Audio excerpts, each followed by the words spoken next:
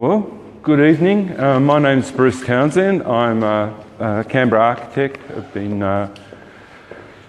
working in Canberra for 25 years, and this is our first project in Gungahlin, apart from the bus shelters that we did about 15 years ago. This is a project that we're presenting tonight, which is a mixed-use development, and it's on Block 2, Section 222, Gungahlin. This is the block here. It has one significant feature on it, which is a 300-year-old yellow box tree, which is this specimen here. And we feel that that tree is a very important tree in the Gungahlin Town Centre, and that we wanted to acknowledge and respect that tree in the development that we did. Thanks, David. The team that is doing this project is KDN Group, us as architects, the builder is CBS Commercial, and the sales are LJ Hooker. David. This is just a little blurb, David, on KDN, and this is a recent project that they have done in Belconnen. Link, please. This project is how you would say on the upper level of quality of apartment developments in Canberra. And this was built by the same builder, CBS. Another building that KDN has done is Wynyard House, which is the ACT government offices in the town centre. And this is an important building, I think, for the town centre. It gives a very sophisticated and enjoyable place to be with its cafe and its offices. Thanks. This is us. Thanks. This is one of our better known projects, Space the Residents on Northbourne Avenue. This is a project that's probably about nearly 20 years old now, and it's been recognised as being one of the best apartments in Canberra, not only for its amenity and its livability, but also for things like body corporate costs, maintenance and things like that. We know how to detail buildings to give them longevity. This is some of the spaces that we do. The interiors are very important to us. We try and make these apartments as places for people to live in. Okay, so this is the site. It's a long site. North is pretty much 45 degrees to the site. See, we're about 500 metres from the town centre. Thanks, David. You all know these things, but it's just it shows the proximity of the site to all of the major features and services of the town centre. Thanks. And these are the transport routes. Basically, if you want to go anywhere from the town centre or from our site, there is several possibilities, but I think the traffic congestion which I experienced coming here this evening, it's got to be solved, that's for sure. It's got to be solved, and I think light rail is going to make a huge difference to this town centre and its future. Thanks. So this is the cityscape, or the sky, the profile of the town centre as it exists. There is a reality that is happening to this town centre, which is the fact that it is densifying. And if you look at the amount of ground that you've still got to go, this town centre has an incredible opportunity to absorb quite a lot of the future development in this area. In particular, I think that the ACT government are proposing to, over the next year, to try and limit greenfields developments to 50% and infill development to 50%. Don't quote me on that. So, thanks David. So at the moment, Metso is under construction. Metso is an apartment building with a small amount of commercial on the bottom. It's 12 stories tall. The Infinity Towers is, I think, just scratching around in the dirt at the moment, but the DA, definitely is, it's approved, and it's, I think it's somewhere around about 600 plus apartments. And then our site, and this is the proposal, just in a sort of a sketchy form, not too threatening, of our apartment building. It's in two forms, two buildings, two separate buildings, which I'll explain why. So, and I believe that there's another tall building proposed on to the south of Infinity Towers, and even another one proposed on this site here, but I don't have any details. But that is something like what the town centre will be. Our design on a broad planning scale wanted to help make this look better.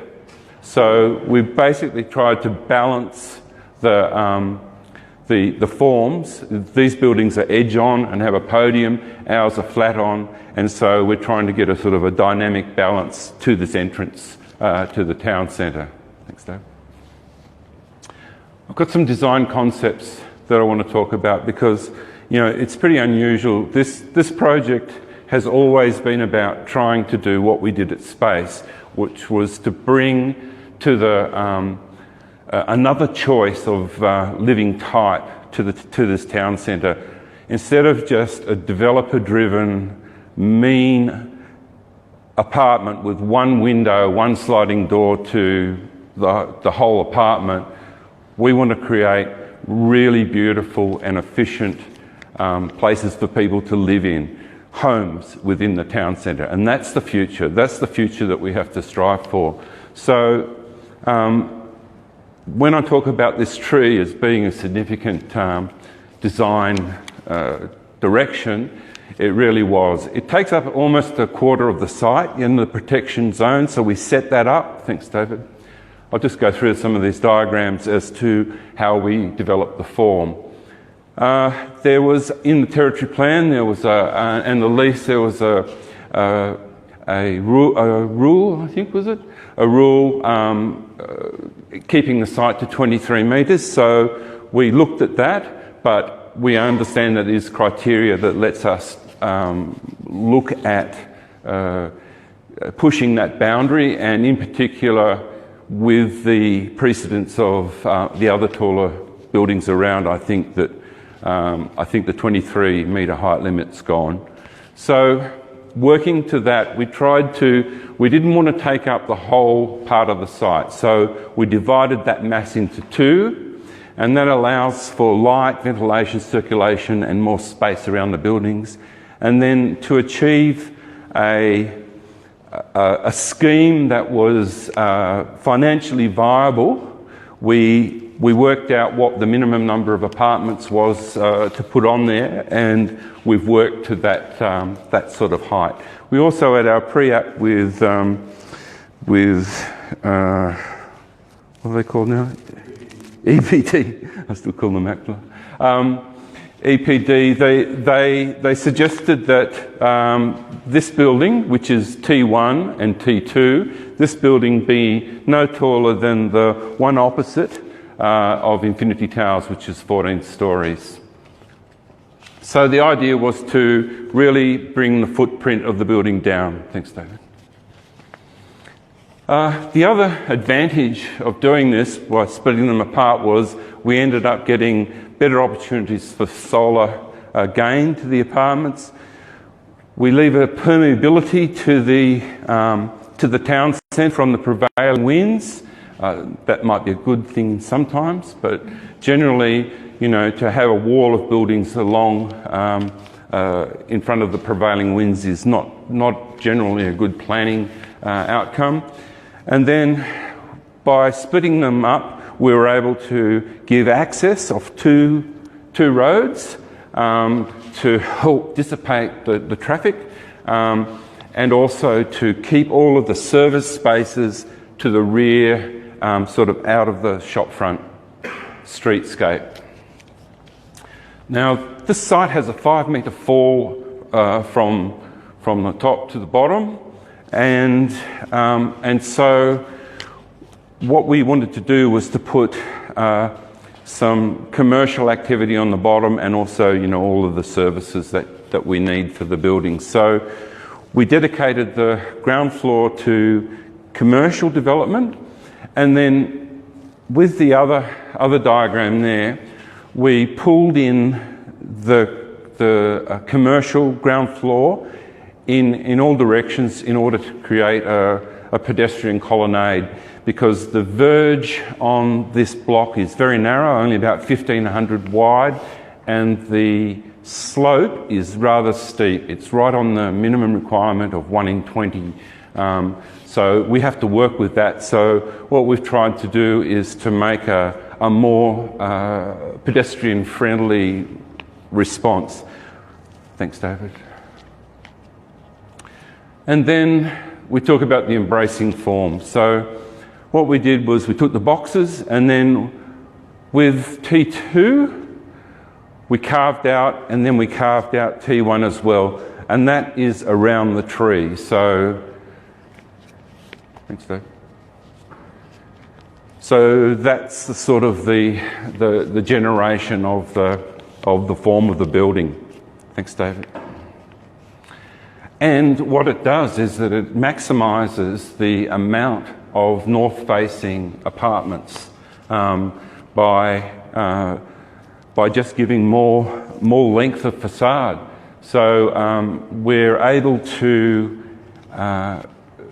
prove that over 72% of the apartments, worked out today, get 3 hours of sunlight between the hours of 9 and 3 on the winter solstice. So it's not that easy to do when you have a site that basically is running southeast, northwest. Thanks, David.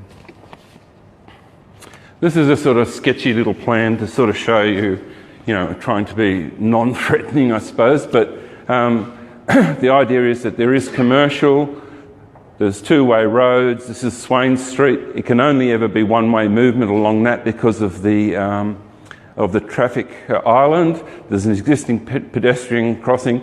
So the whole kind of street here is actually really set up for something. And so these covered walkways here, and it blends into the outdoor area of what we see as a restaurant cafe there, looking onto the park.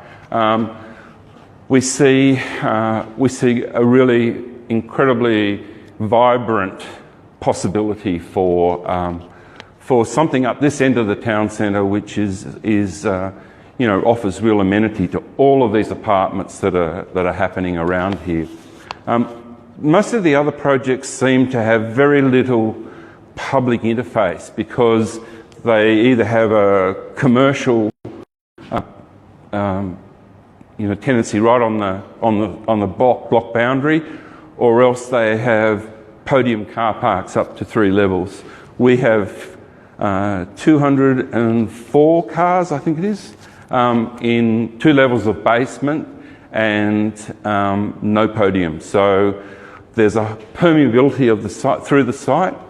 And then one of the really important things that we've come up with is what we call a pocket park, which is a celebration of the tree. Here's some hard facts. We've got 2 residential towers, 14 and 7 stories, ground floor commercial. We're designing to really have owner-occupiers and to provide homes. We have an average rating of, it says 7 stars, but it's all dependent on whether or not we can make the installation of thermally broken windows viable, which we're working really hard to do. And if we do use the thermally broken windows, we can take it up to both buildings having an average rating of 8.5 stars, with over 50 apartments in T1 having over 9 stars energy rating, which basically means you would only have to have a very small amount of energy to heat and cool those apartments. Vehicle access via 2 ways. We have some visitor car parkings on site. We don't mix up visitor car parking and residents car parking. Thanks, David. And so this is a sort of a view from the Gribble Street. This is the Heritage Trail here. And so the apartments have, they're very simple in terms of the materials. It's warm, off-white with timber bulkheads and very simple railings. Thanks, David. One of the big things that I've been going on about is this pocket park, which is about built around the 300-year-old yellow box. We can't build anything there, so we wanted to really make this something special for the development, but not only that, for the community. And tying in with our idea of the commercial, I think it's something to really enliven that part of the precinct. It's going to be also a sort of a shortcut through to Gundaroo Drive and then further on to Yerrabee Pond. And yeah, we hope that it becomes a very utilised space. So in terms of the landscaping, we're really fortunate to have this 40-metre wide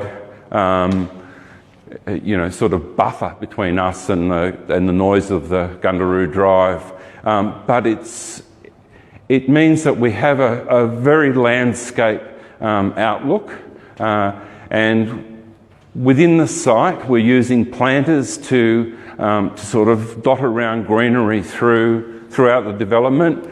We have 2 large areas of deep planting right in the middle of the site. They will be deciduous plantings, and that's for the colour in autumn. And by the way, the foyer looks out onto that from that apartment. And this is the pocket park here. Thanks, David. So all native plants. It's a bit hard to see these, but take my word for it. Flowering plants, bringing birds in, and then the most wonderful, centrepiece, this fantastic yellow box. These are all 1 in 20 walkways, so fully accessible, and then 1 in 14 disabled ramps to sort of moderate the levels out here and the level of the building where the commercial is. Thanks, David. And this is a kind of impression of what it's going to be like. So there's some stone walls. This is the opening through to Yerrabee Pond, and that is the actual tree.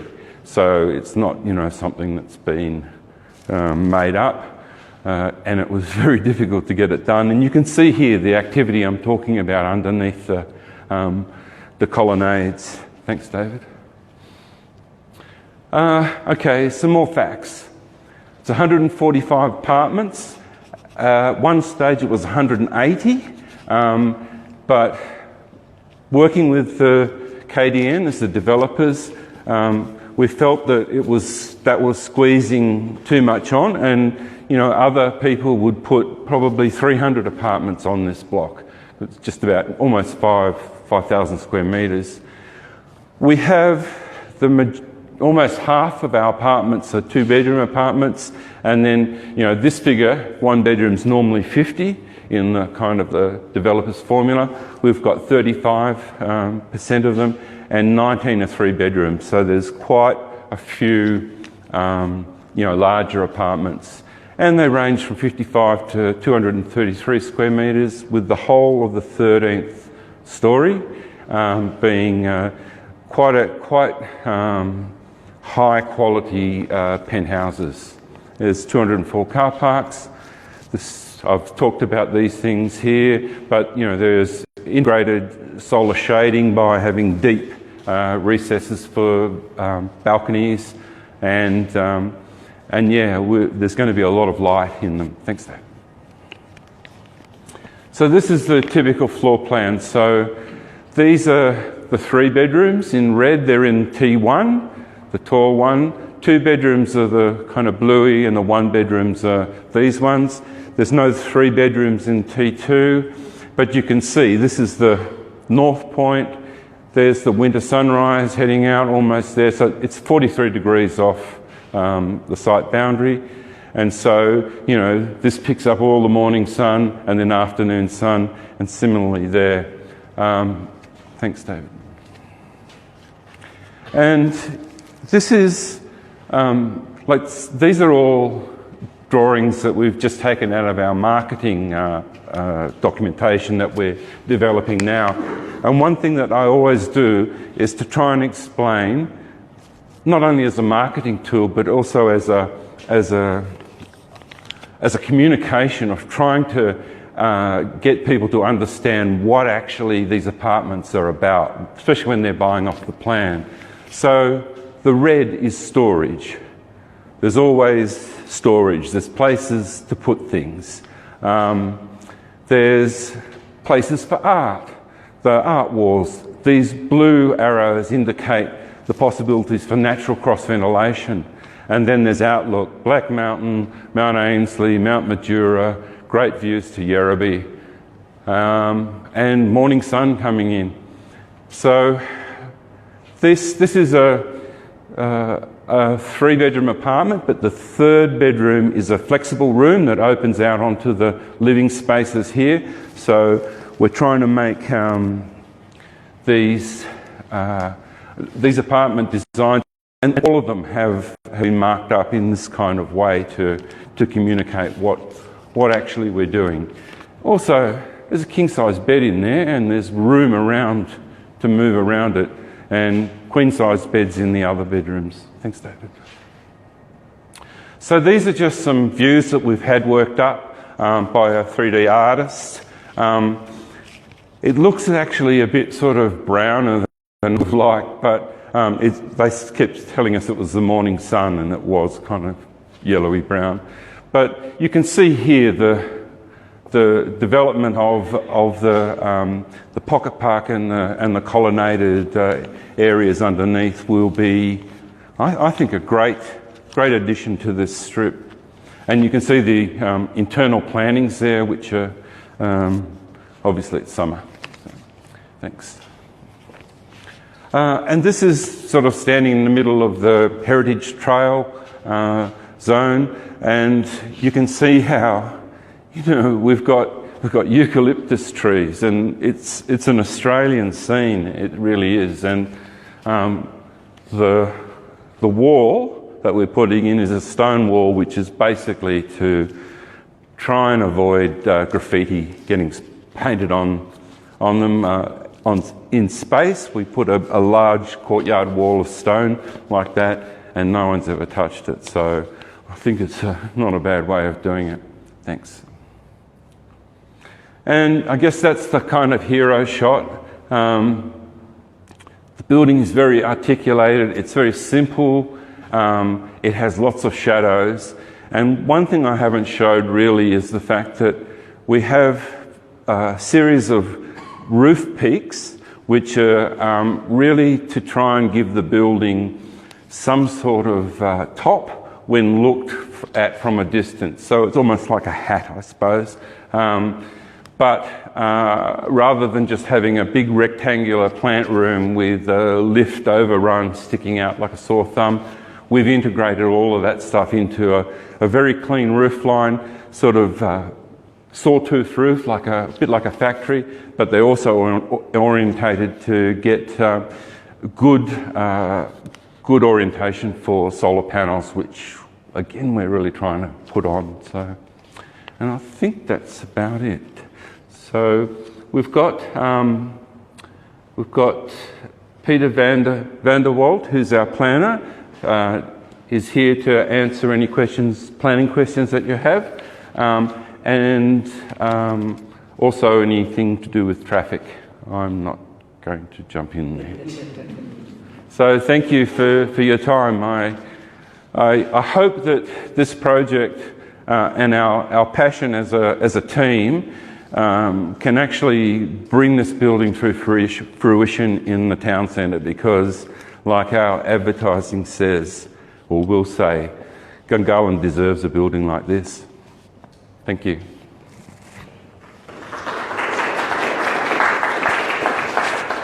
Thank you. I might open the floor for the questions. Thanks for the presentation. No worries. If I was in the market, I think you might have sold me a place. Good start. But I live in Gungahlin, and I want to know how that building is going to help my lifestyle. How this building's going to help your lifestyle? Yeah, one of the last slides you showed, Yes? was coming back towards the building from the Yerribi Yeah. drainage site. And what I saw was a big building blocking the view. So Blocking the view of what? well, back towards the other side, back towards Black Mountain, I guess. So if you go back 2 slides. Mm-hmm. You go back to Yerribi Pond, and what you see coming from Yerribi Pond is a building. So how's that? Well, yeah, okay, this is a town centre. This is a site for development. There was going to be a previous scheme on here, which was an office building which covered the whole site. It would make no difference at street level. Yeah, and I understand that, but what I guess I'm asking is this building, and I think what's described here is quite a good building. I'm not knocking the building. What I'm asking is, how are you trying to make the rest of Gungahlin, the town centre, and the residents who live in and around Gungahlin, how are we going to be able to embrace and use that building and improve our lifestyle? Well, I think you'll have people that are making their homes there, and that means that at the moment you go to that site, which I have done this time of night, it's empty, it's barren, you know. So, you know, like we're city making here. We're making a town centre. It's the future that we're looking forward to, and really, like the buildings that get done, you want them to be good buildings for the people to live in, but also buildings that don't mess with the town centre. And you know, I've tried to explain that the fact that we've done the best we could to try and integrate this building with its site in its place. It's not up to us to do that, you know. We could have put in a 40-storey building in there. But I guess I'm probably just encouraging. Look, I tell you what, when we did space in Northbourne Avenue in Turner, yeah, okay, it was the first apartment development on the north side of the lake. And we had, I mean, there was lots of things in the pipeline, but we had a very strong view that we were going to make apartments for people to live in, for owner-occupiers. And that changed. That has changed. That set a tone that everyone else has been trying to meet. And it's actually, that building has brought the level of design of apartments in Canberra up. So that's what we're trying to do here. I appreciate that. So I think building per se is a good building. I'm not against the building per se. And I think I'm just picking up on what you're trying to explain. Right? I'm looking for the building to encourage Gungahlin to be a place that people want to be, a place where people want to live. And I think you're trying to say that. I think we're doing that. You know, like look, you can't do that in toto. You know, we can't do one building that's going to change the whole of Gungahlin Town Centre, but we can start, we can plant the seed. And it's okay. Car parks, I'm worried about the car parks. The traffic that you saw on the way here is Yeah. Yeah. Just having a quick look at the numbers, 35% of the 145 apartments about 50 for the one-bedroom ones. I assume they all have a car park. I think they all do. I think there's maybe one that doesn't or something. And the three-beddies would all have two?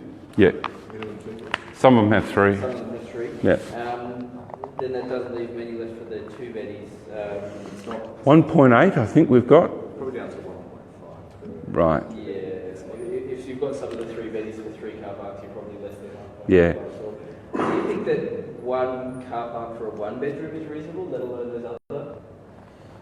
In the future, it's going to be more than enough. Not next week, not next year, but in maybe 5-10 years when we're used to the light rail and we're used to a more urban lifestyle, then one car for a one-bed is just going to be fine. So what we were discussing on the car park, I was just going to add a question as well. So you have 14 visitors car park for that many apartments. I don't know how you worked out that number. Or is there any plan for the visitors? Are they going to take the light rail as well? There's no requirement for us to have visitor car parking on site at all. It can all be within 200 metres of the site. What about the commercial aspect of the city? Same with the commercial. I mean, there's no specific requirement in the territory plan to provide any car parking in the planning rules. When we look at the site, we started by looking by what the original planning for the site was when the subdivision was done, which was primarily for its commercial site. And even the 23 meetings that the rule talks about, you could build quite a substantial building on the site, and the amount of car parking that we generate is quite substantial. We then work back from that to what is the top of the one that was put in the market, and the light car parking, as we said, not only now, but how we think the attitude and the culture in car ownership will be as things change in Canberra. And we look at government policies for the government to drive it, and this development will try and support some of those initiatives. So we start pairing that back in the context of the territory plan establishing a minimum requirement for residential car parking, and we thought we kind of quite a good balance between trying to do the right thing environmentally. And when we talk about traffic generation, the fact that there's car parking on the site means that there's cars as well. If there's no car parking, people don't own cars and they don't drive the road. Pretty simple.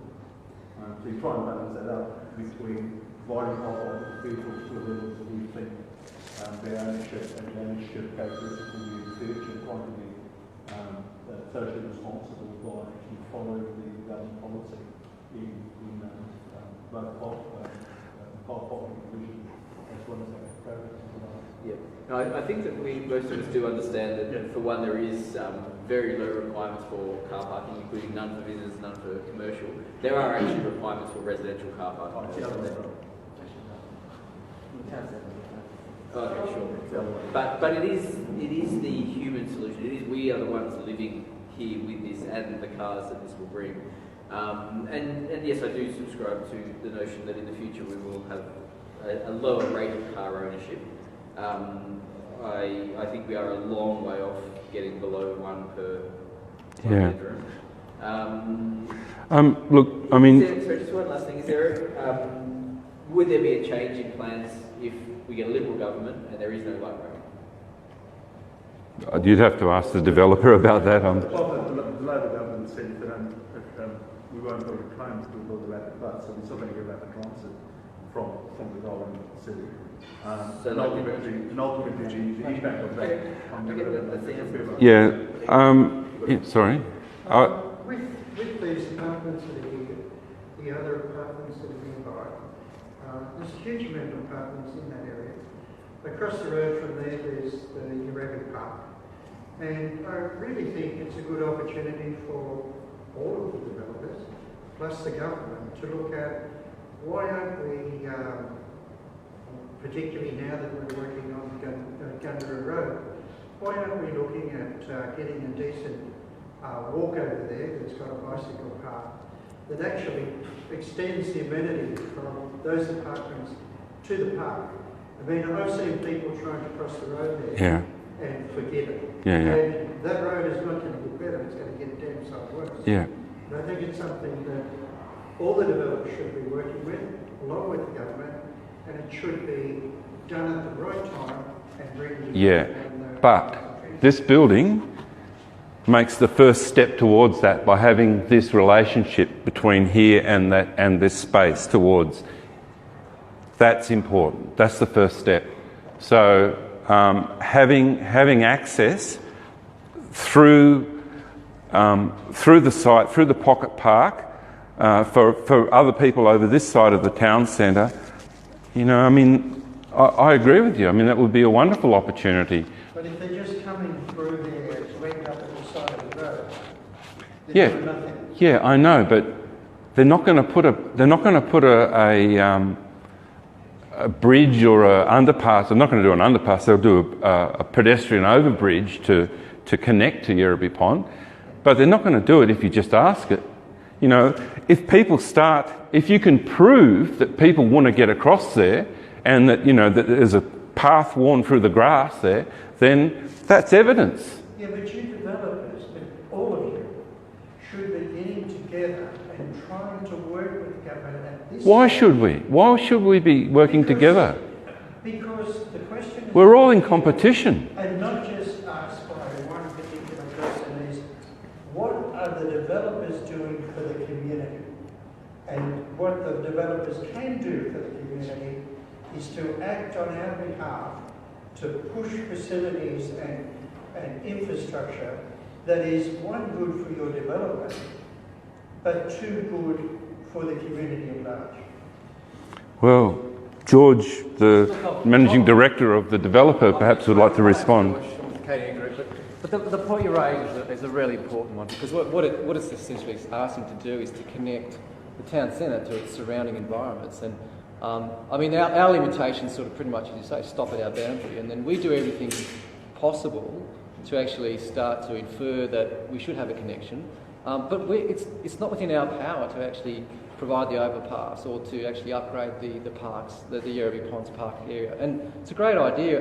One thing we can do is that, I mean, we're obviously engaged with the environment and planning department. So, part of the town centre master planning, when they come up for review, we can ourselves and the community can as well actually bring these suggestions. And that's a really important one. Is that how do we actually create the permeability between our town centre and its surrounding amenity, which is the ponds, the wetlands. And look, we'll do what we can to actually try and influence government to start thinking about it. But on our own, we can't do it. And it's the nature of the parcel of land as being one parcel of land. But we would love that to occur. Look, we can only really encourage government at this point in time to address those issues because they're quite valid. And you're right. How do you connect across the Yerrabee Ponds when you've got this fantastic community, not just our ponds, but on behalf of all of them, and further into the town centre, get access to Yerrabee? But it would be very nice to hear, like we've heard from Geocon building, we've heard from the one that's going near Geocon, we're hearing from this one here. I mean, what are you talking there? 700-800 apartments? It would be very nice to know that group has got together and is doing what they can to actually accommodate what is good for the community as well as good as what for your development. I mean, don't forget that in the development of this apartment development and the adjoining ones as well, it'll create, there's 145 rates payments that suddenly occur. Same with you're going to get another 600 across the road. So there's actual resources that the government can utilise and capitalise on to actually create some of this infrastructure. In the past, in the old NCDC days, we would have put all that up front because we had a loan of the Commonwealth, which was different to what we have now. Today's, and it's symptomatic of Gungahlin as well, is that you tend to get the infrastructure beyond the actual sales of the properties and the development of the properties. So I agree, it'd be great to have it up front, but, it's the nature of our economics today in the territories that they need time to actually, generate that income to actually then put it into those connections. That's what the betterment tax is supposed to be for change of use charge. It's to build infrastructure, but, you pay this money and you never see anything for it, so... Well, maybe the developer should be making it a condition of submitting that development taxes. Yes, we're prepared to put the betterment tax, but let's see Go into the a actual... commitment to the betterment tax being used in the local community. It's a great point. Instead of just going It's a really good point. And I can tell you now, it has been put to government on that basis as well. That, you know, if there are going to be these, you know, development taxes in place, at least have them be sort of employed in the surrounding area, so that there's a community benefit out of it. Currently, it just goes into, you know, revenue. That's it. You don't see it again, and where it ends up, nobody knows. So. Thank you. You had a question? Well, I was wondering when this is going to be built, like how... Well, there's a couple of stages that have to go through first. Obviously, it's currently zoned as commercial. So when the business, this is actually a business park initially. So we've got to convert from a residential lease from a commercial lease to a residential lease, and that's in the process. Yeah. And that goes through a process of doing valuations, etc. The DA itself needs to be lodged and it has to be approved. So by no means is this, can we say that it's going to be approved. That's actually up to the department. All things going well, we should have a DA in by the end of the year, and hopefully we've got an approval ready to go sort of first half of next year. We have to also generate a number of pre-sales to actually create the financing capacity. So, you know, all things going well. We had a... There's a thing I'm thinking about, which has sort of been brought up, of the whole car issue. Yep. If there is 800 apartments or 600 apartments and 300 people are trying to pull out of those roads at 8:30 in the morning to drive to work, I see that as a huge issue. Yeah, well, it would have been an even huger issue if it was commercial, because the ratio, if we're going residential compared to, say, let's just say the business park was commercial and it did develop as intended, there would have been 5 times the amount of parking generation and peak package. So we've actually cut that. By going residential, we're actually decreasing the demand. So what the question that should be put to government is that, well, it was always intended to be this type of use. You know, the conversion to a lot of these blocks to residential has actually reduced that. So, you know, what is the government doing to actually sort of support these areas in the town centre in general? Because I know what you're saying, and you know, I came in today. It's a nightmare out there. And everyone, Gungahlin has just been dealt a bad deal when it comes to roads. I'm sorry. Worst. No, they're going to make that a dual carriageway, but then they're going to stick 400 cars on it in 1 hour. It's like, I just don't think It's currently the worst road in Gungahlin Drive. That segment. Where it goes into building. Yeah, and look, I really feel sorry for the fact that that's, you know, it's unfortunate because traditionally in Canberra, in our town centres, we plan that ahead and we built it ahead. For some reason, the government... Sorry guys, we just got time for 2 more questions. I just had a question, so I've done my lap of Gary Pond, I'm coming up to the cafe, at the Pocket Park, I've got my bike, blah, blah, blah. Where am I going to put my bike? Oh, good question. In the bike rack. The bike rack. There's always visitor parking, visitor bike parking, that is. Yeah. And look, you know, one of the nice things about this development is that a lot of these activities are at ground level. It's not like you have to go up a story to access something. It's, you know, the park is at the ground level, which makes it accessible to the public. So I think, I mean, if we pull up the plan, we can probably show you the actual parking areas. But there are ample opportunities for parking for the bikes. Yeah, definitely. Look, it's actually a requirement within the planning laws. So they have to. I forget what the generation rate is, but definitely. Any more questions? I just want to say, I think it's fantastic. I looked a lot, I bought a lot of units, and I think for a developer, could have done a lot worse, not saying a lot worse, but to make more square, more height, shove more stuff on it. Yep. I think it's done a very good balance of reducing obviously the trees, etc. And I think it's very good. Thank you. Thank you. And look, it's I think we said before that the building itself looks great. It's the embellishments of the near. I mean, we understand the main issue is, you know, traffic generation is a key issue in Gungahlin at the moment.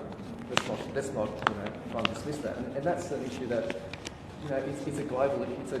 It's an area issue. It's not just one development. And it's always, this town centre is going to grow, and we've got to actually, you know, provide the infrastructure for it up front. Thanks, guys. Okay.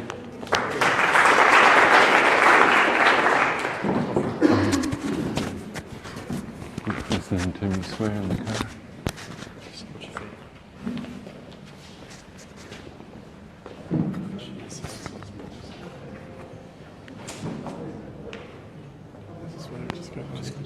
Sweet. Cool.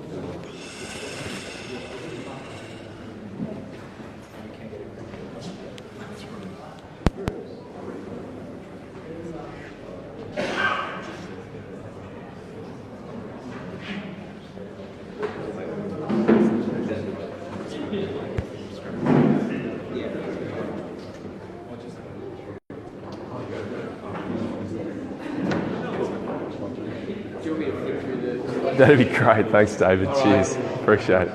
We'll move on to the presentation by Jonathan James. Thanks, Jonathan. Thanks. So you're going to give us an update on what's going on there. Thanks, Jonathan. Thanks, Henley. Cheers for that. Thank you for the introduction. My name is Jonathan James. I work in the Community Affairs team at NBN. I've been at NBN for just a bit over 4 years now. My background is actually town planning, not doing apartment blocks, but been working in telco for about 8 years or so now. Been with NBN for 4 years. Just recently joined the Community Affairs team, but started at NBN in the planning group around heritage, environmental, cultural approvals that we needed as part of the rollout. Peter invited me here today to talk to you specifically about Casey Stage 1 and Hall. Is it possible just to get a show of hands, anyone that lives in those areas? Okay, yep. So there's a few here today. Okay, cool. So I'm guessing you've obviously got a good level of awareness already around what's been communicated to you by Peter and the Community Council. I'm here just to give you a bit more information. I had a brief conversation with David earlier today too about some of his thoughts and ideas and the technology choice application that he's tentatively put forward to us. But I'll go into a bit more detail about that later on. But basically, I know of the remainder of you here today, I'm guessing a lot of you are probably already on or connected to the NBN network. Sure, exactly. Yeah. So I'll put up a... Can I just clarify? Yeah. You're saying Casey Stage 1. Is that the area of 2 or 3 streets in Casey that don't have NBN? Yeah. The front end of Casey, not Yeah. I do know one person who lives in the area there. They've got no NBN there in that. Sure. So that's the area that you're talking about. Yeah, sure. And Casey, look, I must confess, first of all, I'm not a Canberran. I live in Sydney, so I've been involved in the rollout here, working on it from a planning perspective for a while.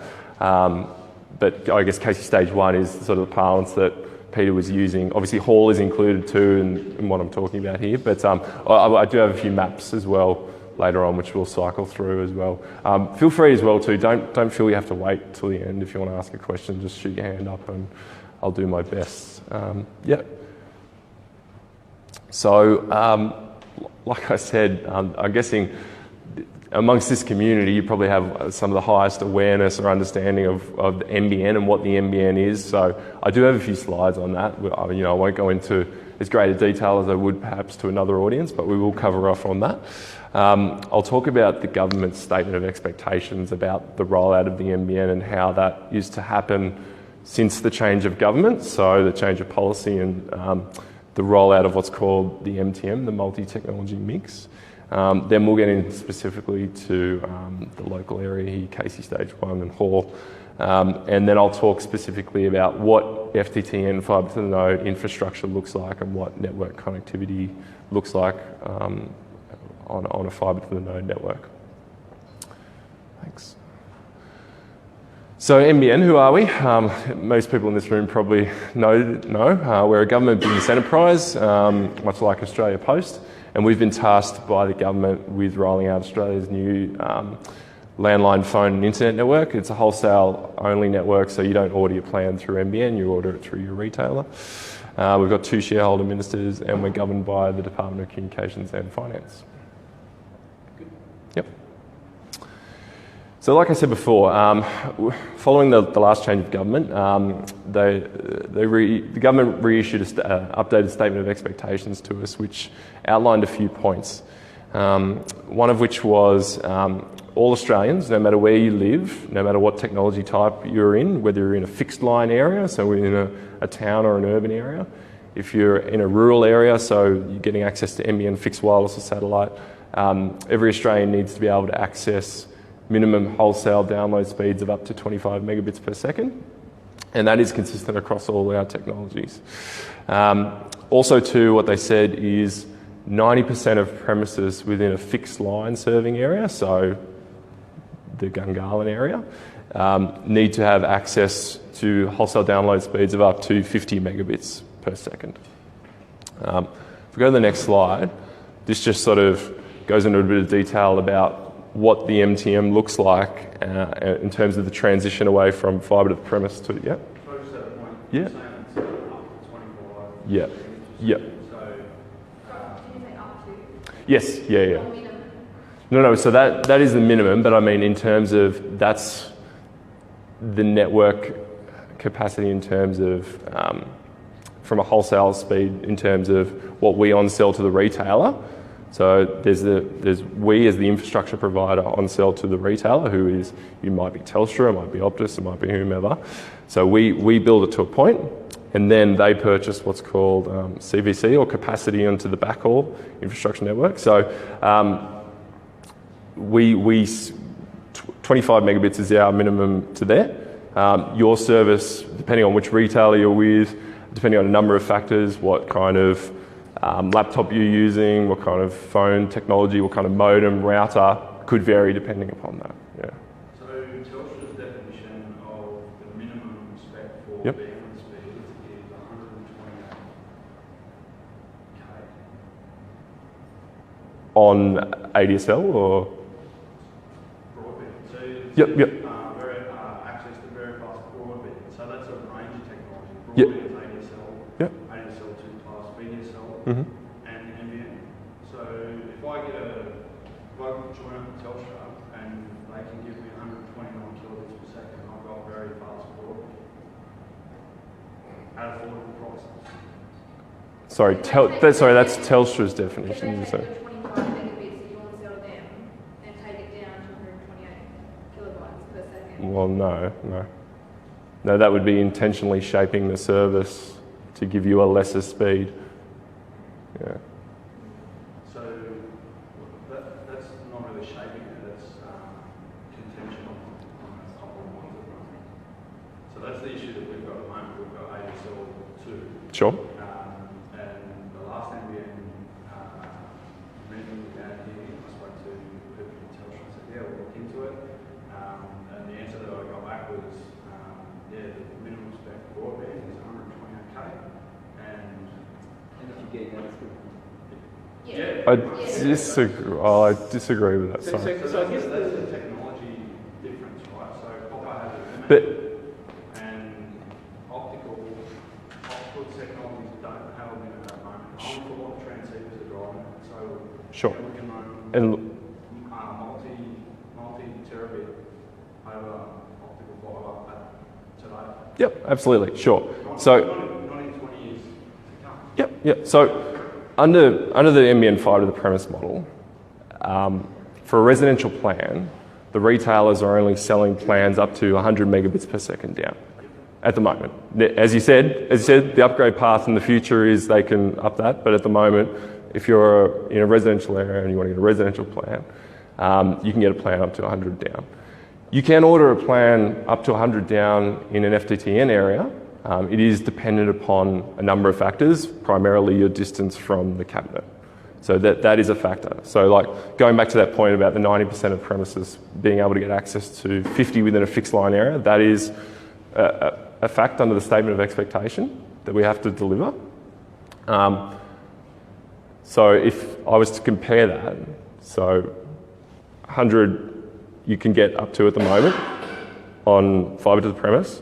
You can order those plans depending upon your proximity to the network in fibre to the node.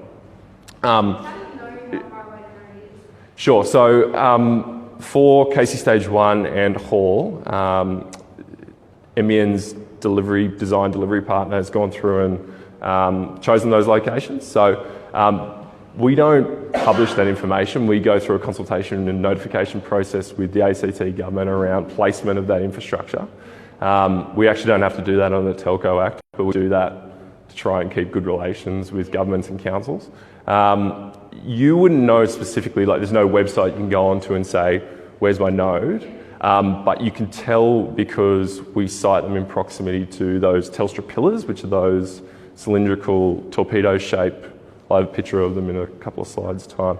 Yeah, so basically we site them in proximity to those because your service is patched across at the pillar. So I've got a network overlay in a couple of slides' time, but basically from the exchange or from the area where our equipment is, which in this instance is over in Ford, transit fibre through to those cabinets, then linked into the pillar, and then the existing copper takes it from the pillar to your house. So yeah, it is dependent upon. So so if you go from the point where the pillar is, that's where you could work it out from. Issues with providers, because currently at the moment, so I'm in stage 1, I can't get ADSL2, I can only get ADSL1 because the RIMs are owned by Telstra, and we can only use companies that are wholesaled through Telstra, so we use internet at the moment. Are we going to have that issue with NBN? So that issue goes away because NBN is an open access wholesale network.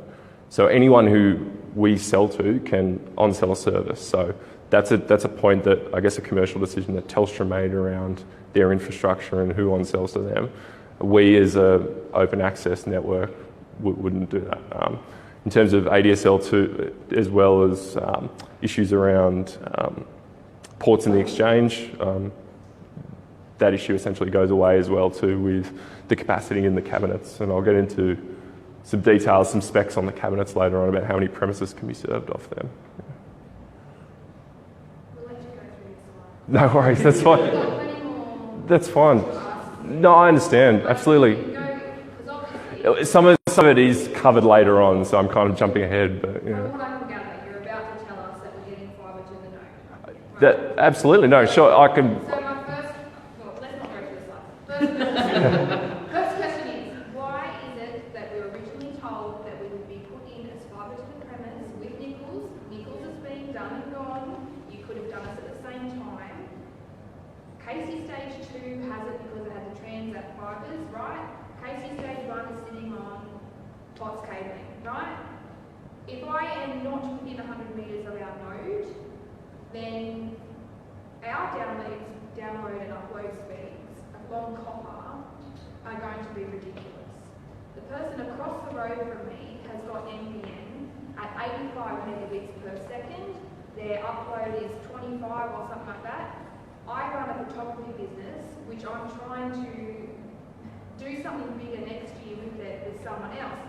I'm currently on an upload of 0.85 of a meg per second.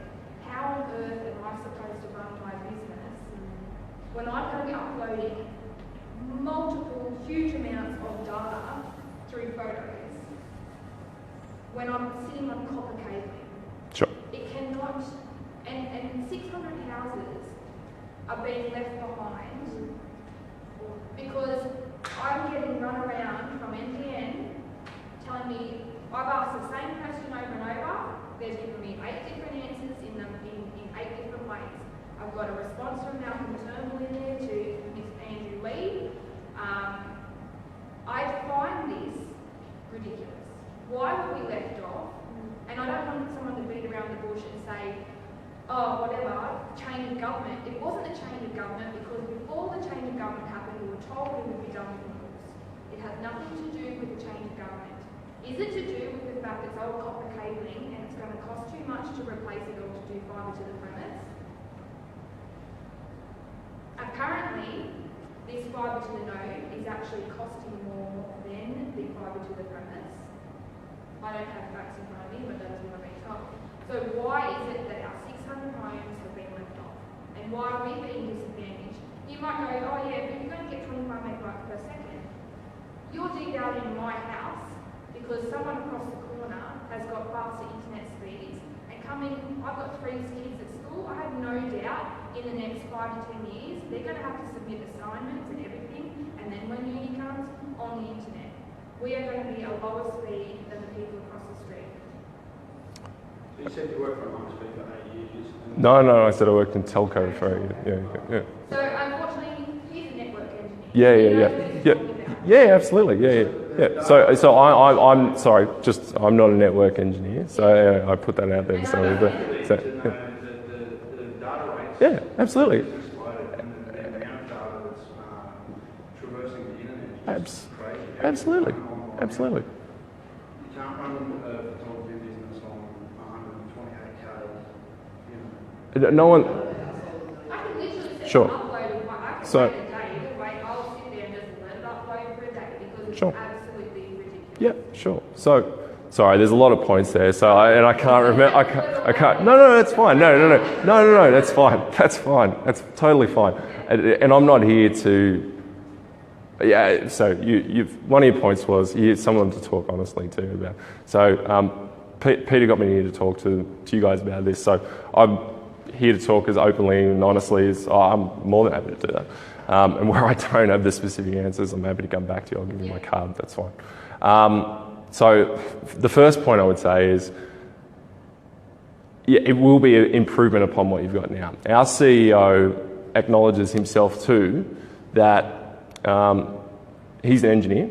From an engineering perspective, if you put the two together, you're right in terms of what the upgrade potentials are, in terms of what you can do on fibre. It's different, right? So it's a yeah, absolutely, sure.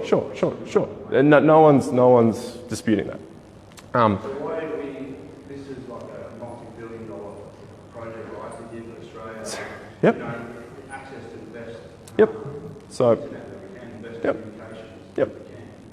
But yeah, I'll offer there. Let's just read that like we've done for 100 years. So what we're doing is we're building a deeper fibre network. We're pushing fibre further to people's houses with an upgrade potential into the future. So the way that we deploy fibre is getting cheaper and more affordable, in being able to push fibre through conduit more easily, being able to use thinner cables.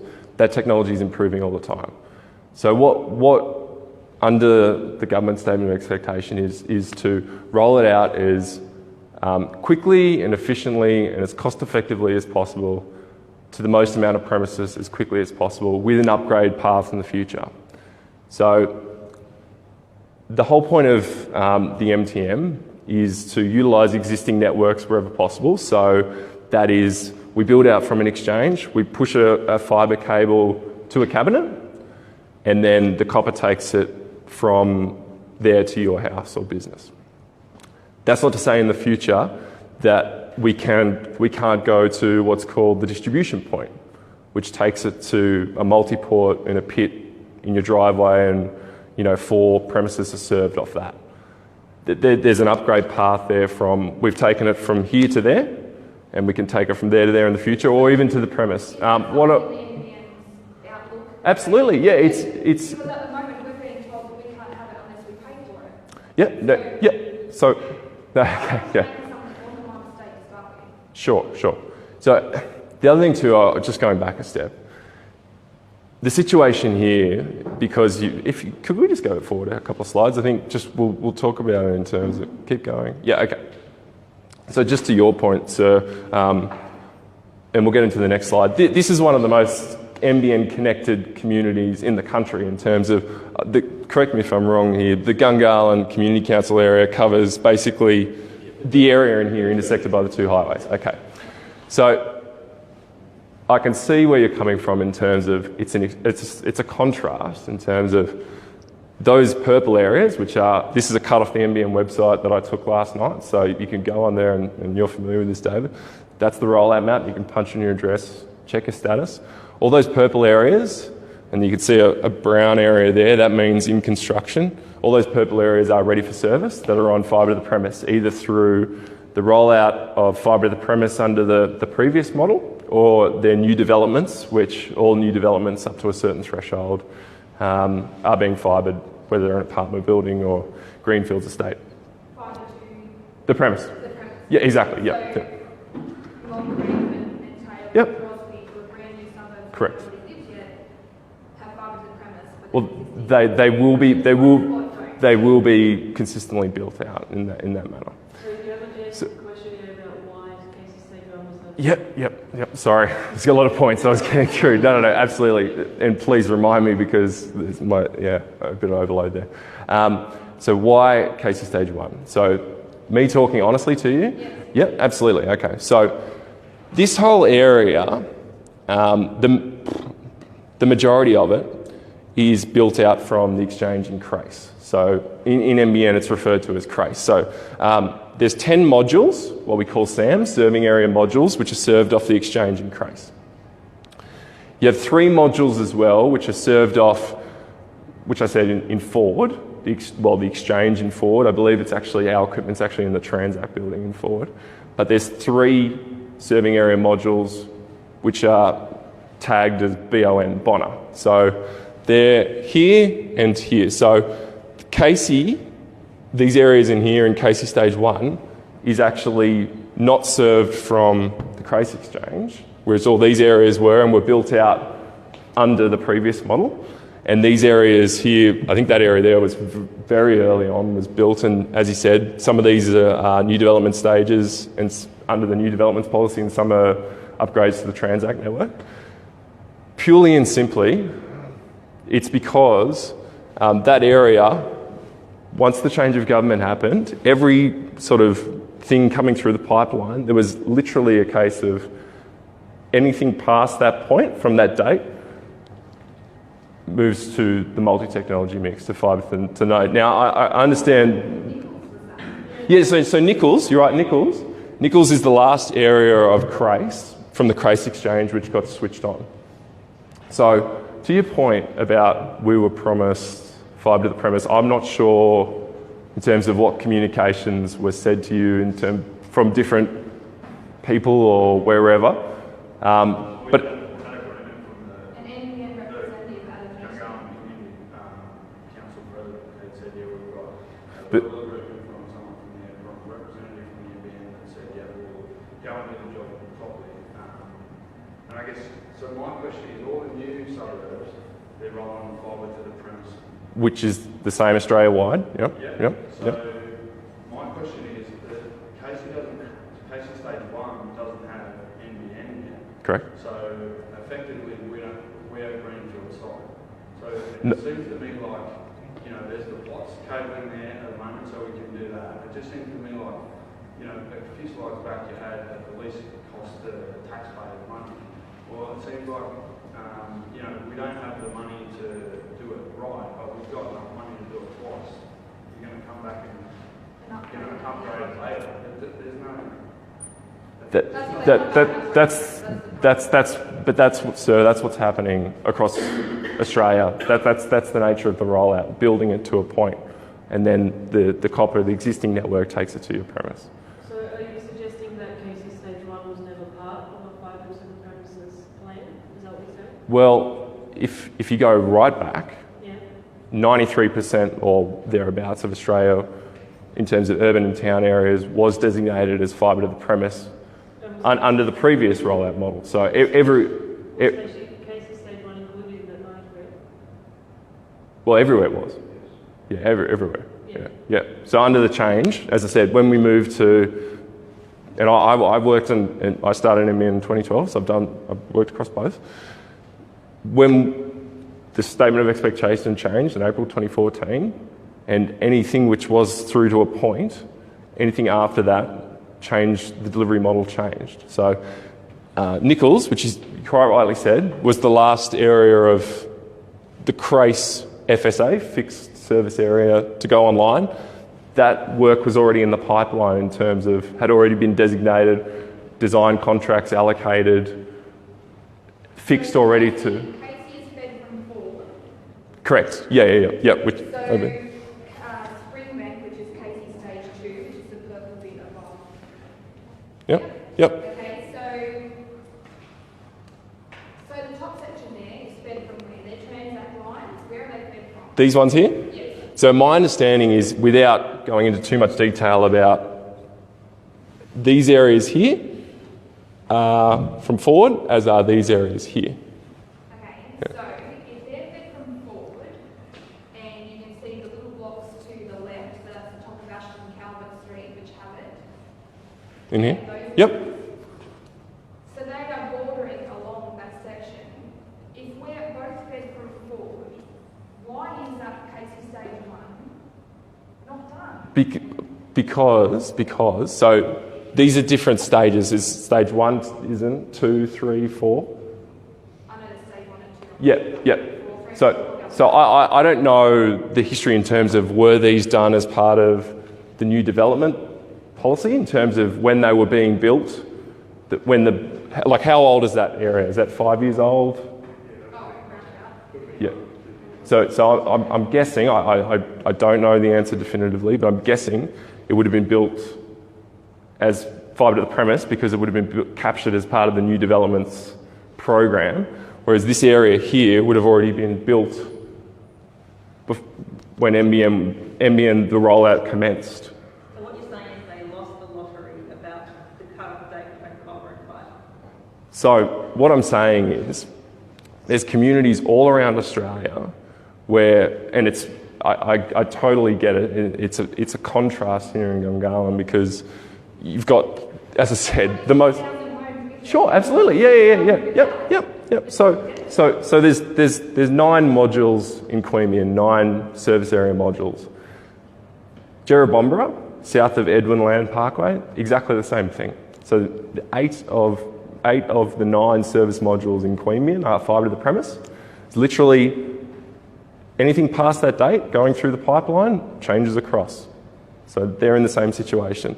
Dubbo's the same. So there's... We're not here to talk about Dubbo. No, absolutely. No, you're right. I'm just... Gungahlin was the first area to start with Yep. 600 homes have been forgotten, essentially. There is an equity issue here in that my home now is made valued more than Katrina's because of this decision. Let's cut to the chase. This can be changed, this can be overhauled. What do we need to do that? Policies can be changed. There is a letter from the relevant federal department via Malcolm Turnbull saying that NBN won't move on unless an area is done and it's consistent. This isn't consistent with the... Area what, sorry? They won't move on if the area isn't consistent.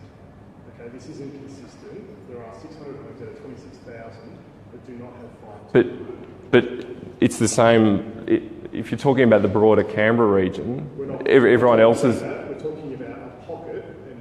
Yeah, absolutely. Yeah. How can we advocate to get this changed? Yeah, so I had a conversation with David earlier today. So he has submitted the start of a technology choice application. So there is a mechanism by which you can go to NBN and say, as a community or as an individual, you can do it as an individual premise or you can do it as an area. You can submit to change the technology type. That is a process where you go through now. That is as you alluded to, that is I've looked at that. Yep. But the NBN want to charge me $330 to apply for an area switch. An individual premise switch. Yeah. Then I have to pay $330 to get a quote for how much it is. And then when I get the quote, which God knows how much it is, Yep. I can then go, oh yeah, well here NBN, have $30,000, whatever it is, to do it to my own home. Yep. So. Why should we be paying $660 to get a quote for how much it's going to cost? I don't want to pay you guys to find out how much you should be submitting quotes up. Hey guys, there's 600 of you. You were left off. Really sorry about that. Let's waive all these fees. Here's how much it's going to cost you. I'm not paying you $660 to find out that it's going to cost me $30, $50, I've got no idea. Thousands of dollars. Why would I want to lose $660 out of my bank? Sure. One of the problems with this area is that they were greenfields when fibre to the premise was happening to greenfields. They were being built at a time when they should have got it. I've just called up an email here from Michael Tyler, one of the previous community affairs manager, October last year, a year ago, saying that yes, it's coming as fibre to the premises. They were all sold their blocks as yes, you're getting fibre to the premises. So greenfields. We bought our house being told we will get fibre to the premise. So I'd like to see that email address. So, and to your point, like I said, I'm coming into it.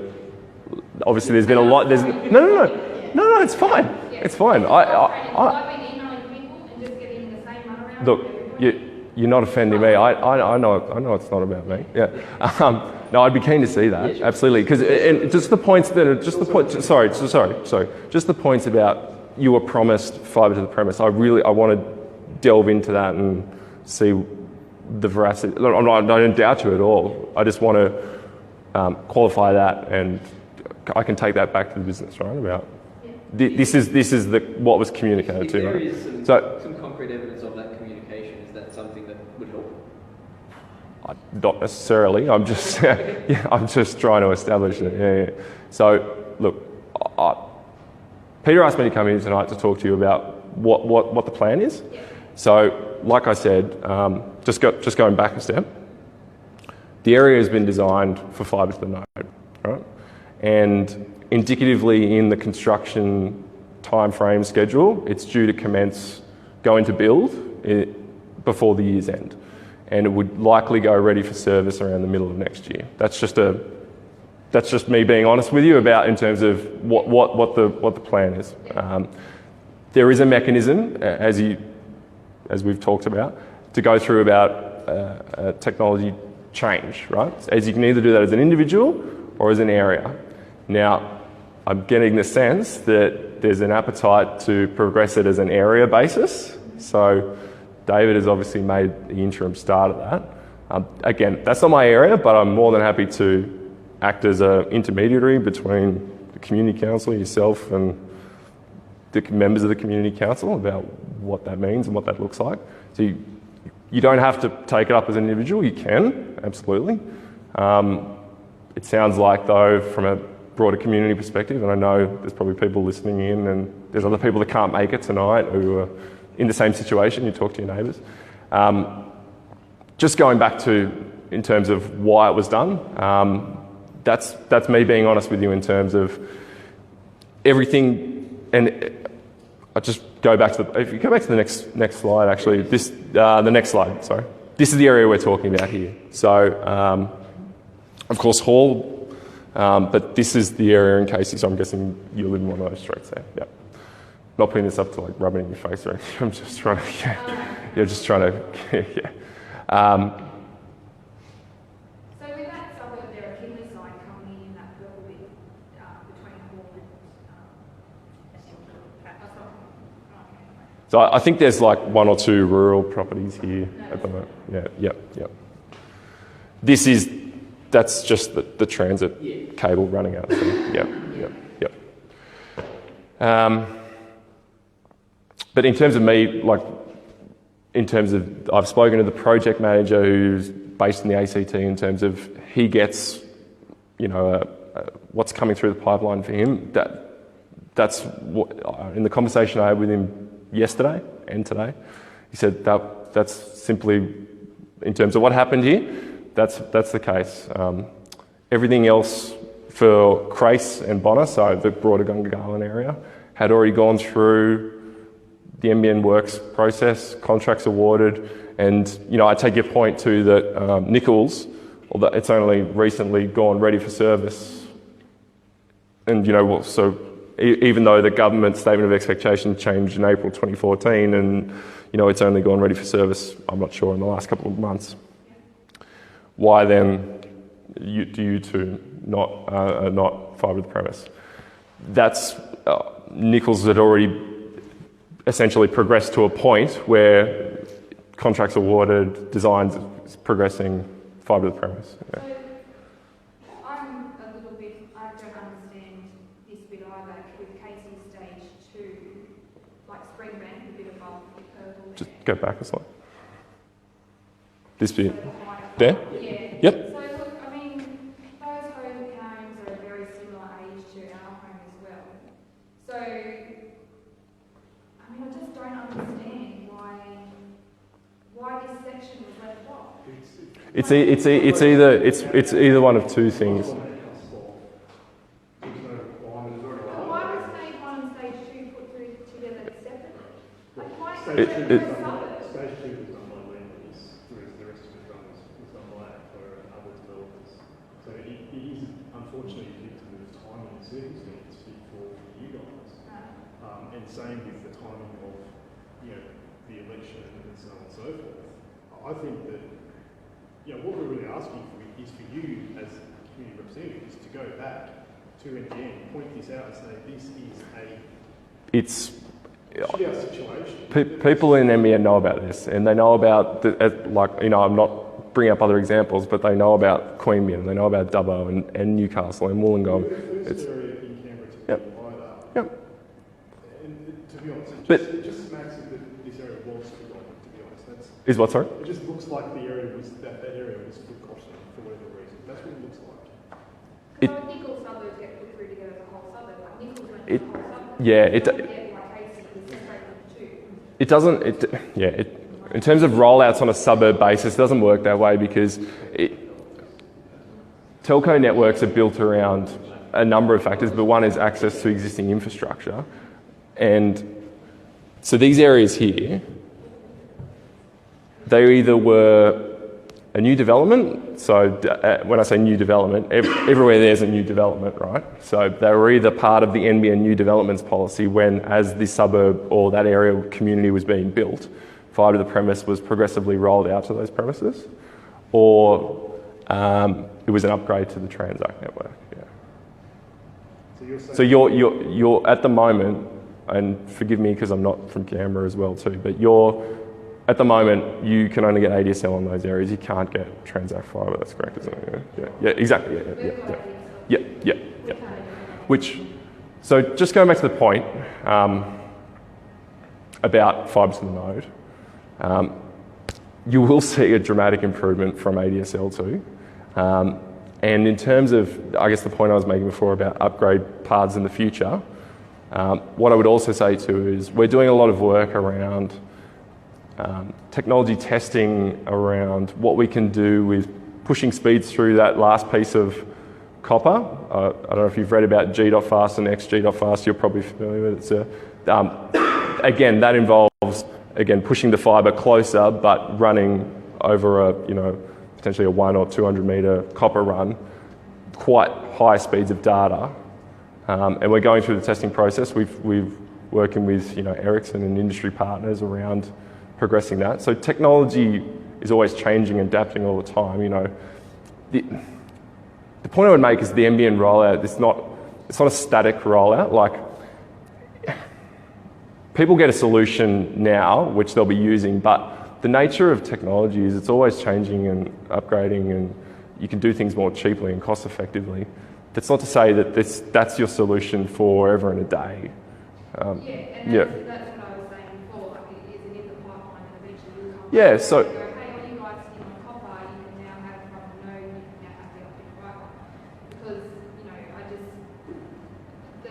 as you said before, copper has a limit as to how much it can take. So everyone else who's sitting on optic fibre in Gungahlin have all had their copper turned off. So then just sitting there, $600 without a copper line still going, So eventually our technology that we've been given in this is going to reach its limit. So there will have to be an upgrade.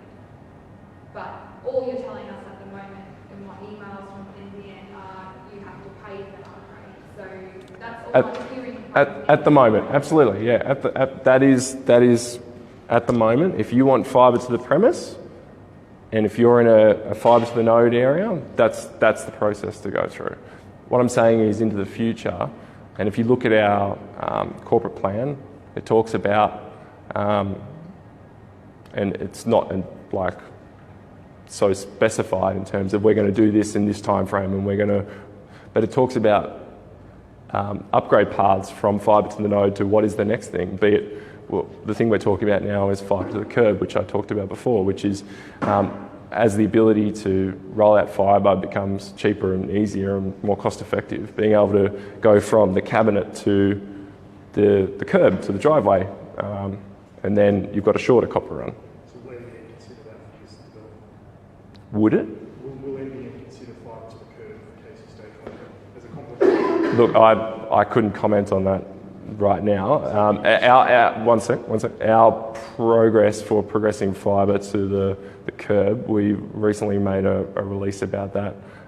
That's another sort of 2 years, 2018 before that's probably commercially available. Yeah.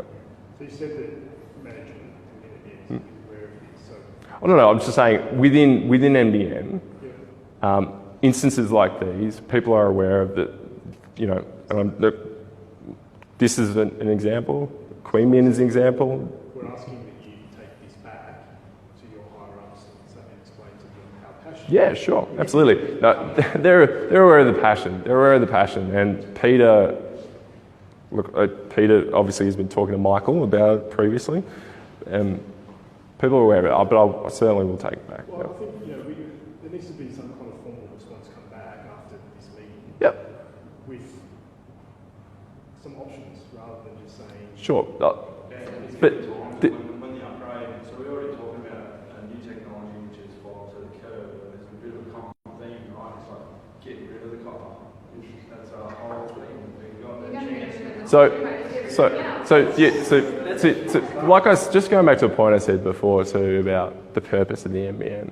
So under the statement of expectation is to get it to people as quickly, as cost effectively as possible. All right. So I completely take your point. For the situation you guys are sitting in, right? So Everything that you plan on doing is kind of against what those principles that you're talking about. no, it's not. Is to do it as cheaply and as quickly as possible. No, it's not. That's all a question for the federal government. That's the question. Yeah. I mean, yeah. I mean. You're right, but it's a question for a different place. Can I probably button here and maybe change it a little bit? Yeah. What are your wholesale speeds for fibre to the node? So like I said, you can, through a retailer on a residential plan, order a service up to 100 megabits per second, right? So fibre to the node, Yep.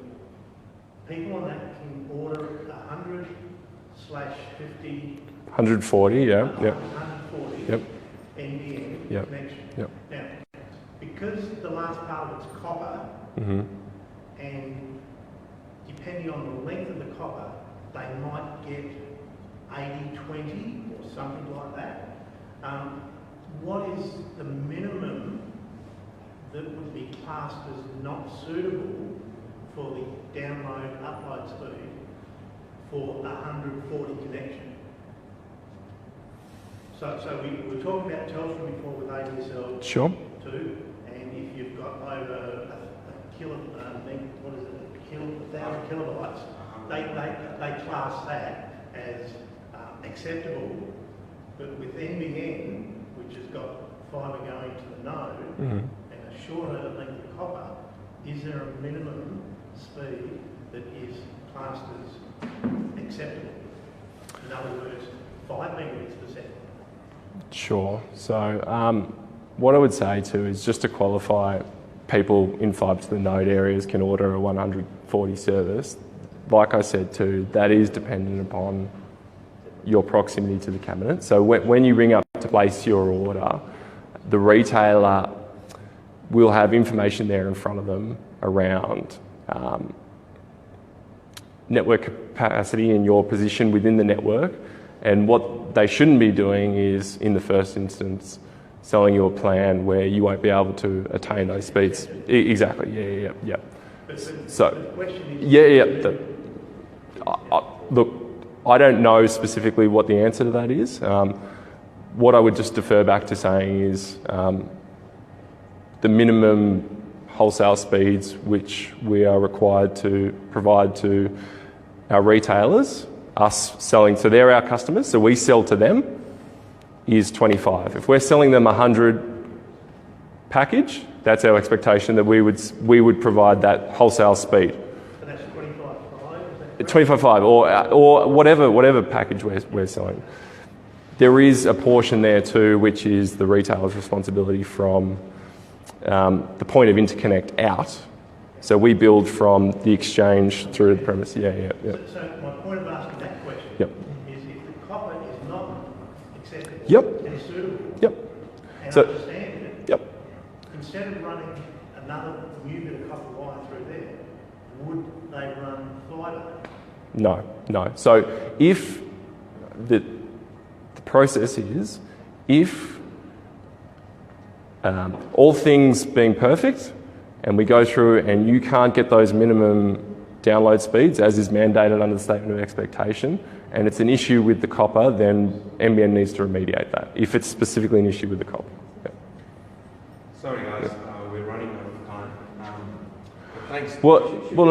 Sorry. There are some. Yeah. A couple of slides, but we'll just let him speak. Yeah. No, that's fine. Could we go just back a couple? We've talked about that. Keep going. That's fine. Talked about that. Really quickly, so what a fibre to the node connection looks like at your property in terms of how it differentiates from fibre to the premise. I guess the main thing is there's no installation of infrastructure at your premise.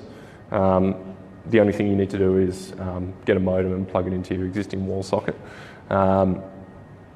Similarly to fibre to the premise, you'll need to get a new or change contract with your provider of choice. And that's the same as fibre to the premise as well too in the area, like you mentioned before. We go through a decommissioning phase where once an area goes ready for service, there's an 18-month period where people need to migrate their service, either their phone or their internet service, across to the NBN network. And we go through a staged approach around communicating to people around what that means.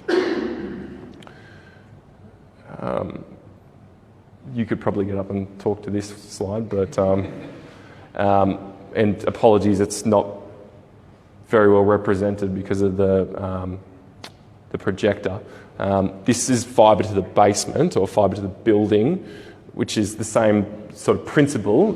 It's just running it to a cabinet which is located in the building, and the existing risers or copper cables take it to the individual units or businesses within a residential or commercial context. I guess in fibre to the node, here we're talking about here, like I was saying before, this is a cable which runs back to the exchange as a fibre cable, which is then connected into a cabinet which we've built, which is then integrated into the pillar. The existing copper then takes it to your house. That's what a fibre to the node cabinet looks like. So you've probably seen the fibre to the premises cabinets around Gungahlin. They're beige in colour, a bit smaller. They're passive as well. These are powered. So there's two kinds. You can either serve 200 or 400, up to 400 premises off them. There's a whole siting criteria which we go through. Typically, they're about 120 centimetres high, 110 wide, 55 deep.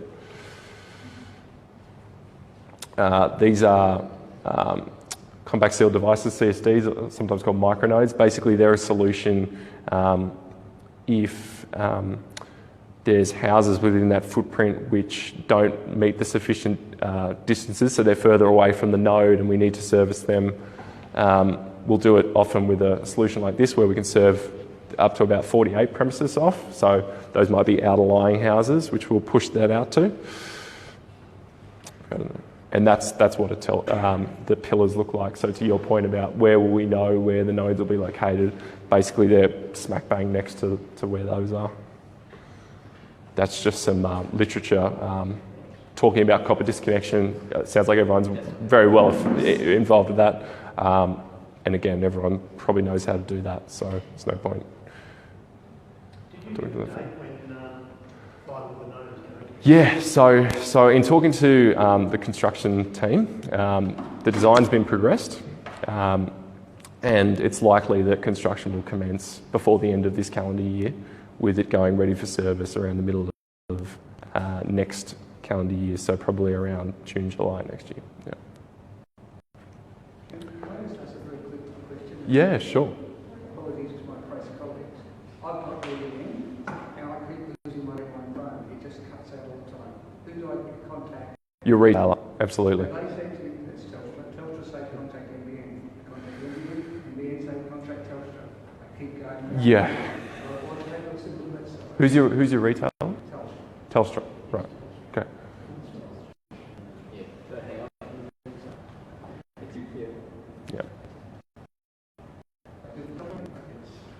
You can raise a case with NBN directly if we can look at it from a network diagnostics issue. Like we can check to see if it's an issue with the network. We've got a call centre in the Gold Coast, which is. I've spoken to people and I've tried to monitor things and sometimes it's out, but at the end of the day, it still doesn't work. We have changed our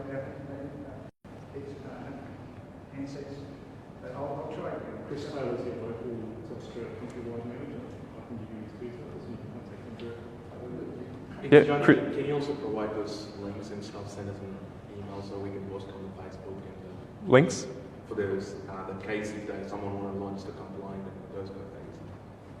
That Sure. we're probably able to find. Sure. Oh, that's all on the NBN website. If you jump on the nbn.com.au, it's all there. Yep. Yep. I've got one more question. You say that you can get a change of that. Have any been successful? Have any been progressed? Yeah, absolutely. Yeah, definitely. So the ones which have been progressed, and if I could use as an example of the ease at which they've been able to do it, have been apartment buildings, because you've got a body corporate, which is a central body which can talk to and act on behalf of all the residents. So there's been a number of instances of buildings in inner city areas where the rollout hasn't got to their area yet, and the body corporate has said we want to do fibre to the premise. The solution to them probably would have been fibre to the basement, so running it to like fibre to the node, but to a cabinet within their building, and then the existing copper takes it up. So they've put proposals through to us to fibre their entire building, which isn't an easy exercise. Was that during construction? Or? That was before the rollout of the NBN network within that community. About it, you know, that's a vertical apartment building. If you talk about a community, there haven't been as many examples about that. There have been councils and businesses which have gone through the individual premise switch option. So there's been a number of councils which have come to us and said, we've got this facility here which we want to, you know, create as a digital hub or a community space or whatnot, and have gone through the process with us. There's been a couple of, so there have been examples where it's been progressed. Yep. So if we use existing community Yep. infrastructure and actually had those 600 residences signed up to a one-stop, someone speak through all kind of thing, would that speed up the process? Sure. It's just getting to the point where, so it would need to be and because there's issues around funding, it wouldn't, and like you were saying, it would need to be use the word coalition, like a group coming together. So potentially ACT government, the community council, I'm not sure what other group, but putting forward a joint proposal on behalf of the community, which yeah. Because you guys have the passion and you guys have the drive to do it. The ACT government is a territory authority. Like the New South Wales government isn't going to say to some community in New South Wales, oh yeah, let's do this. It's going to have to be the community that gets up and does it, right? So yeah. So could I just very briefly? So I've actually kicked off the area switch process to kick things along to see how far we can get in this process. They got back in touch with me today, and they've asked for a bit more information about the makeup of the area. Then they'll get back with an application fee. I think somebody was saying that the application fee. Yeah, and we'll probably be 3 to 4 areas. So it'll probably be 3,300, 4,400. And then that fee gets us an exact figure, which will be a lot of money. And then the idea is we need to find out who's going to pay for that. I was sent the corporate plan document today, which has average cost of premises. Which is available on the website. You can Google it, NBN corporate plan. Yep. And that indicates that what we're looking at is about $4,400 per premises, which comes to about $2.6 million for the whole area. I still believe that the situation that we've got is somebody's fault. So I think we need to see what that's all about. So yeah, I have started the area switch process to get some more information and figure out what the solution looks like, so that we can find that solution. And can I just say that thank you to David for doing that petition, because he lives in Christ, he has it in the end, he doesn't have to do it, but he's doing it on behalf of all of us, so thank you to David. Yes. Do you have the slides to show? That's the last one. Yeah. Thanks, John. No, that's fine. So we'll still work along with Peter and see what we can do as a community. We might try to get someone in the federal to come and see, or we can place it to them. So we'll do what we can do, and then we'll post an update on the Facebook on the website. And thank you very much. Jonathan. I appreciate your time. That's all right. No worries. Thanks everyone for coming tonight. Cheers. See you all next week. I do actually have a petition for the sign. This is to get the assembly to take up the areas which President has started. And non-residents of Casey are allowed to